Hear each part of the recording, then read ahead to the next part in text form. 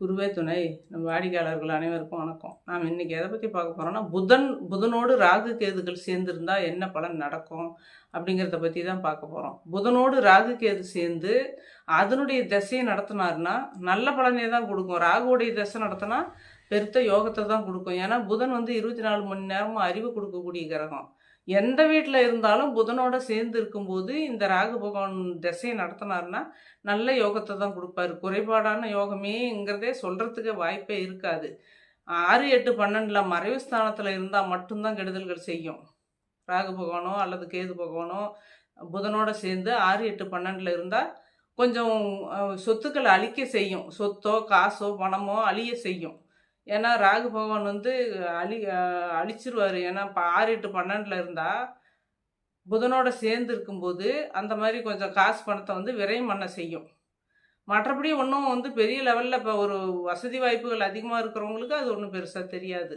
ராகு பகவானுக்கு கெடுதல் வந்து பெருசாக தெரியாது ராகு தசை நடந்ததுன்னா. அதே புதன் தசை நடந்தால் தான் கெடுதல்கள் அதிகமாக இருக்கும். ஏன் அப்படின்னா ராகு பகவான் வந்து இந்த புதனோட இதை எழுத்து கொடுத்துருவார். புதனோட என்னென்ன புதன் நம்மளுக்கு தர வேண்டியது இருக்காரோ புதனோட ஆதிபத்தியம் காரகம் இது எல்லாமே வந்து ராகு பகவான் கொடுத்துருவார். ராகு பகவான் கொடுத்த பின்னாடி புதன் தசை ஏது வந்ததுன்னா புதன் தசை அந்த ராகோட சேர்ந்த தசை வந்தாக்க இதெல்லாம் கொடுக்க இயலாது. குறைபாடான பலனையே கொடுக்கறதுக்கு வாய்ப்பு வரும். அதே ராகு கேது பகவான் இருந்தாலும் அதே பலன் தான். கேதுவோட புதன் சேர்ந்துருந்தா கேது தசை நடந்தால் நல்ல பலன் கொடுக்கும். புதன் தசை நடக்கும்போது அந்த நல்ல பலனை கொடுக்கறதுக்கு வாய்ப்பு கொடுக்க மாட்டார். ஏன்னா கேது திசை வந்து கேது வந்து அம்மா பிறந்த இடத்த பார்க்கும்.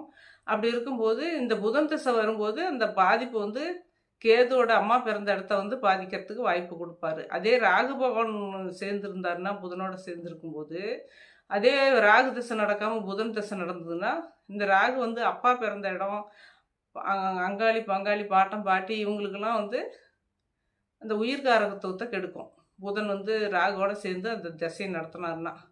மற்றபடி வந்து சொத்து சுகத்தையோ இது காசு பணத்தையோ அதிகமாக அழிக்கிறதுக்கு வாய்ப்பை கொடுக்க மாட்டார் புதன். ஏன் ராகுவோட கேதோட சேர்ந்து இருக்கும்போது டிகிரி வயசில் பார்க்கணும். அதுவும் குரு பார்வை இருக்கான்னு பார்க்கணும். குரு பார்வை இருந்தால் இந்த நம்ம சொல்கிற பலனெல்லாம் வந்து இருக்காது. நல்ல பலனே தான் நடக்கும். வாழ்த்துக்கள்.